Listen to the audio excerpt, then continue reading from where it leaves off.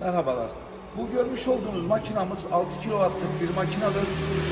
Makinamız üzerinde kafa olarak Raycos'un BM115 isteyene BM06K seçenekleriyle sunabiliyoruz. Kullanmış olduğumuz programımız FSCAD 2000C programıdır. Rezonatörümüz Raycos Max olarak seçenek olarak müşterilerimize sunmaktayız.